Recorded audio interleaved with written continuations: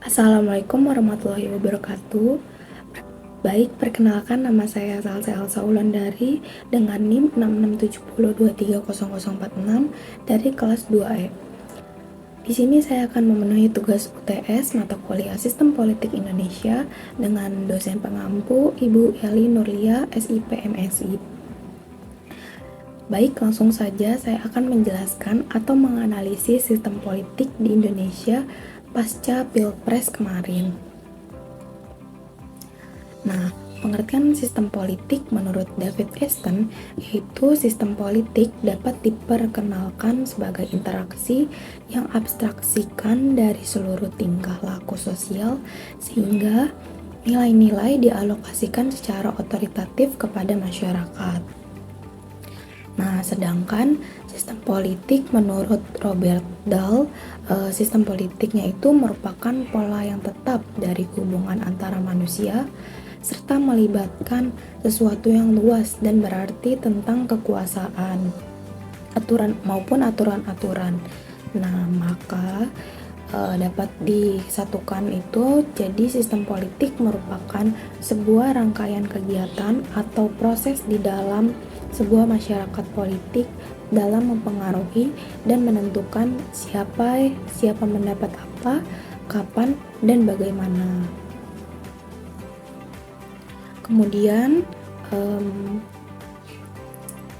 sistem politik di Indonesia diartikan juga sebagai kumpulan atau keseluruhan berbagai kegiatan dalam negara Indonesia yang berkaitan dengan kepentingan umum, termasuk proses penentuan tujuan, upaya-upaya mewujudkan tujuan, pengambilan keputusan, seleksi, maupun penyusunan skala prioritasnya.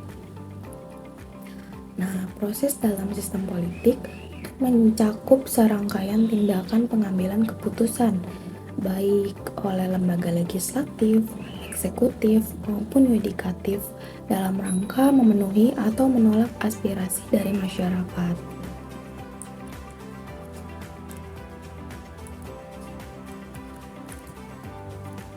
Nah, kemudian Indonesia adalah negara dengan sistem pemerintahan presidensial yang dipimpin oleh presiden sebagai kepala negara. Nah, dalam sistem presidensial ini, kewenangan presiden dibagi menjadi dua, yaitu sebagai kepala negara dan sebagai kepala pemerintahan. Undang-Undang 1945 sebagai dasar negara menjadi penyelenggara pemerintah dan Pancasila sebagai ideologi bangsa. Kemudian ketentuan pada pasal 7 Undang-Undang NRI tahun 1945 secara tegas berbunyi Presiden dan Wakil Presiden memegang jabatan selama 5 tahun dan sesudahnya dapat dipilih kembali dalam jabatan yang sama hanya untuk 1 kali masa jabatan saja. Nah, yang artinya tuh berarti masa jabatan presiden dan wakil presiden maksimal hanya diperbolehkan selama 2 periode saja. Contohnya seperti Bapak Jokowi yang sudah menjabat selama 2 periode saja. Kemudian presiden Indonesia dipilih langsung oleh rakyat dalam pemilihan umum atau pemilu. Nah, di Indonesia juga menganut asas Luber dan Jurdil, yaitu langsung, umum, bebas, rahasia, jujur, dan adil. Kemudian sistem politik di Indonesia itu didasarkan pada Undang-Undang 1945 yang menetapkan Indonesia sebagai negara kesatuan yang berbentuk republik. Seperti yang dijelaskan dalam pasal 1 ayat 1 Undang-Undang 1945. Selain itu, pasal 4 ayat 1 Undang-Undang 1945 juga menegaskan bahwa Indonesia ini menganut sistem pemerintahan yang berbentuk presidensial, di mana kekuasaan tertinggi itu berada di tangan presiden.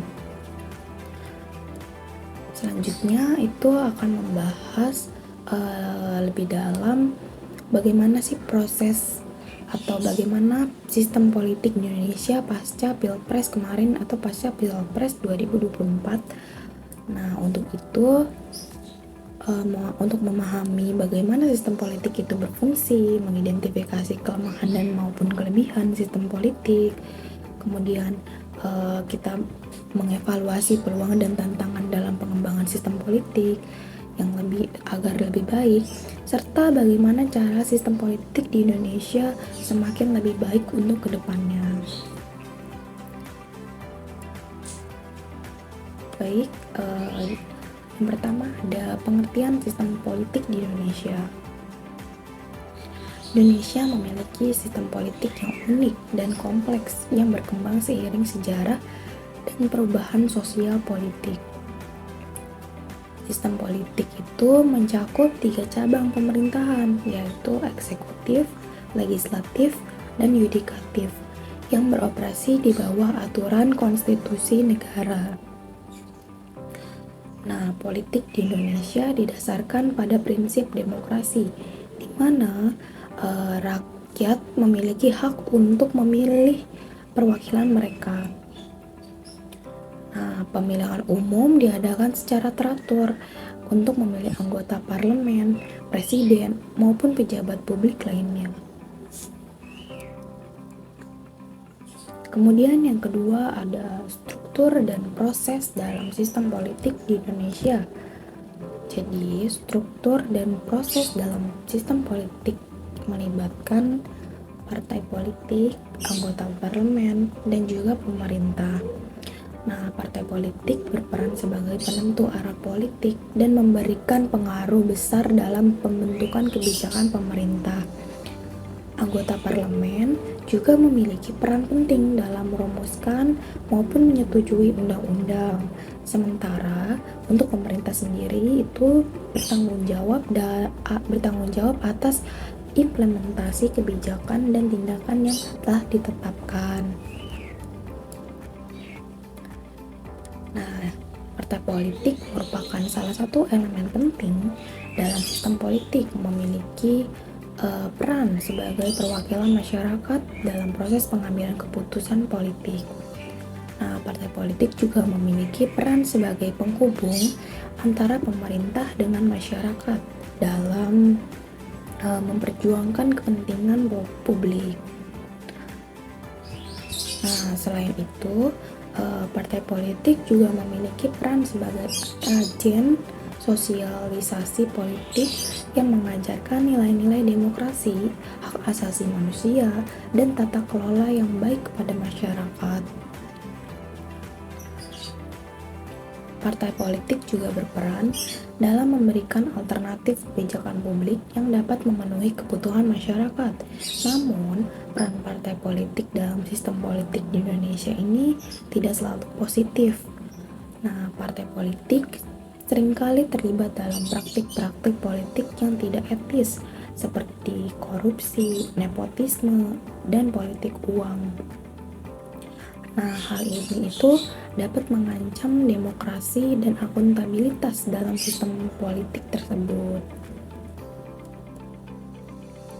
Kemudian selanjutnya ada kelebihan dan kekurangan sistem politik di Indonesia. Yang pertama ada kelebihan. Kelebihannya itu adanya kebebasan berekspresi, partisipasi politik, dan kebebasan pers. Selain itu, politik di Indonesia juga memiliki mekanisme pengawasan yang kuat untuk mencegah korupsi dan tindakan melawan hukum. Kemudian kekurangannya itu seperti kurangnya transparansi dalam pengambilan kebijakan, birokrasi yang kompleks dan lambat, serta rendahnya tingkat partisipasi pemilih dalam pemilihan umum.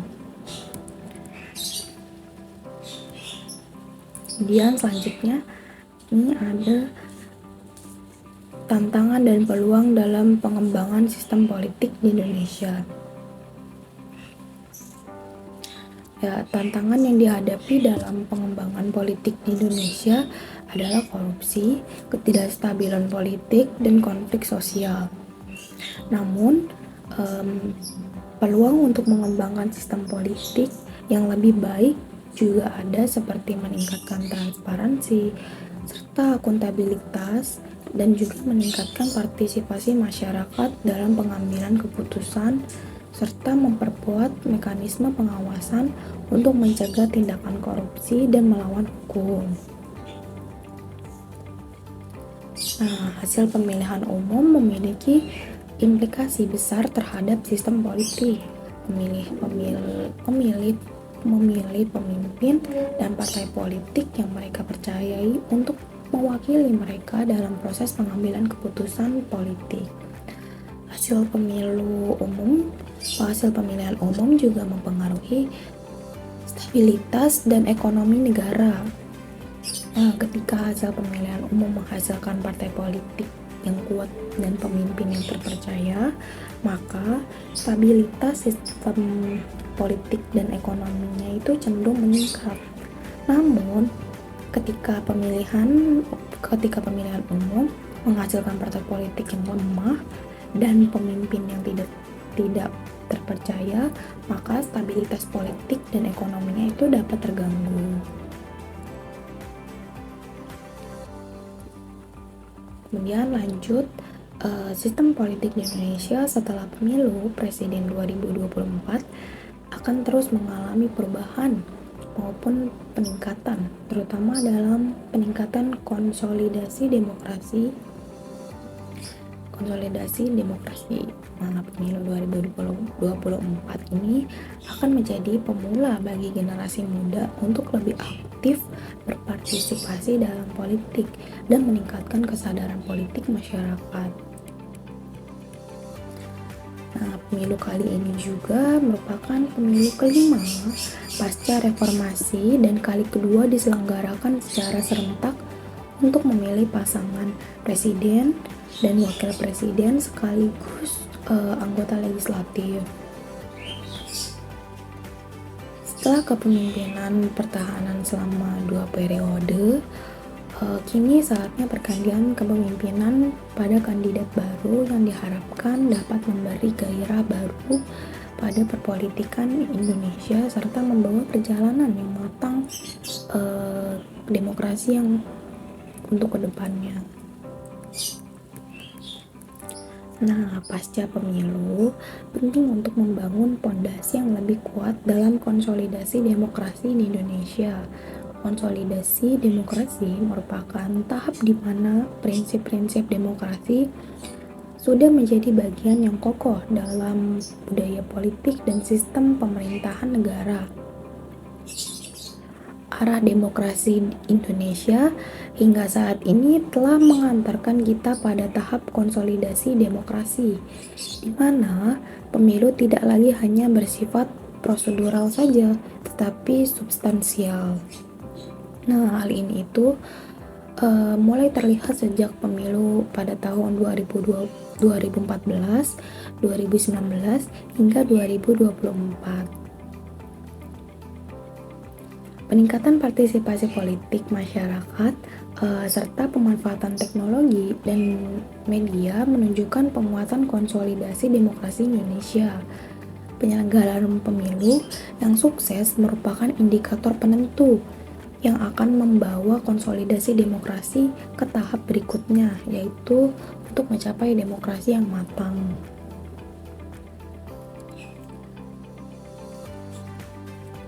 Nah, selanjutnya, studi yang dilakukan Lembaga Ketahanan Nasional Republik Indonesia atau Lemhanas Republik Indonesia menyatakan bahwa tujuan demokratisasi yang berjalan saat ini adalah untuk mewujudkan demokrasi matang pada 2029. Maka dari itu, pemilu 2024 ini merupakan agenda yang krusial dalam tahapan konsolidasi demokrasi, karena menandakan satu langkah lagi menuju kematangan demokrasi.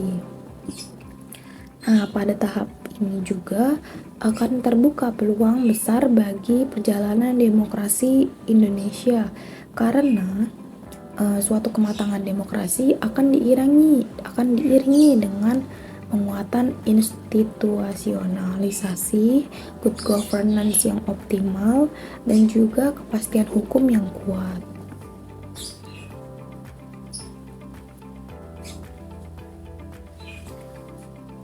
Nah, posisi pemilu 2024 menjadi penting juga untuk melihat peningkatan jumlah pemilih muda sebanyak lebih dari 55% yang akan mempengaruhi perpolitikan bangsa dan kebijakan strategis jangka panjang.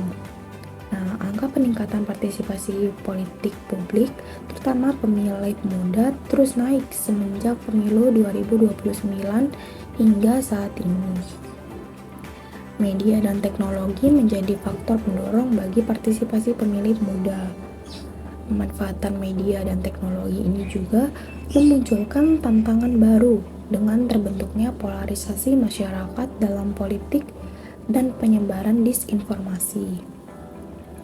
Nah, fenomena regresi demokrasi yang terlihat seputar persoalan pemilu yang penuh polemik juga menjadi tantangan besar dalam pembangunan demokrasi. Untuk itu, konsolidasi demokrasi pasca pemilu 2024 menjadi penting demi menjaga keberlanjutan pembangunan demokrasi yang stabil. Nah, untuk membuat sistem politik di Indonesia lebih baik lagi, ada beberapa langkah yang dapat dilakukan untuk kedepannya, yakni yang pertama ada memperkuat pengawasan dan transparansi. Jadi memperkuat pengawasan dan transparansi adalah tingkat penting untuk mengurangi korupsi, kolusi, maupun nepotisme. Nah, perlu adanya pengawasan yang lebih efektif serta transparansi dan dalam keputusan pemerintah. Kemudian yang kedua ada meningkatkan partisipasi politik masyarakat. Nah, meningkatkan partisipasi politik masyarakat adalah langkah penting untuk membuat sistem politik yang lebih transparan dan berbasis masalah publik. Pendekatan ini memungkinkan masyarakat untuk membentuk kebijakan yang lebih sesuai dengan kebutuhan dan keinginan mereka. Kemudian yang ketiga ada mengoptimalkan teknologi informasi dan komunikasi. Mengoptimalkan teknologi informasi dan komunikasi adalah langkah penting untuk membangun kedewasaan politik. Media massa juga memiliki peran strategis untuk membangun kedewasaan politik. Kemudian yang keempat, memperkuat pendidikan politik, yang dimana memperkuat pendidikan politik adalah langkah penting untuk membangun kedewasaan politik. Pendidikan politik harus diperoleh oleh semua masyarakat, diantaranya ada anak-anak, agar mereka memahami sistem politik dan hak-hak asasi manusia. Kemudian yang kelima ada memperkuat pemerintahan yang tenang dan kuat. Nah, memperkuat pemerintahan yang tenang dan kuat adalah langkah penting juga untuk mengatasi tantangan yang akan datang. Pemerintah yang tenang dan kuat dapat membantu mengurangi konflik politik dan membangun kedewasaan politik.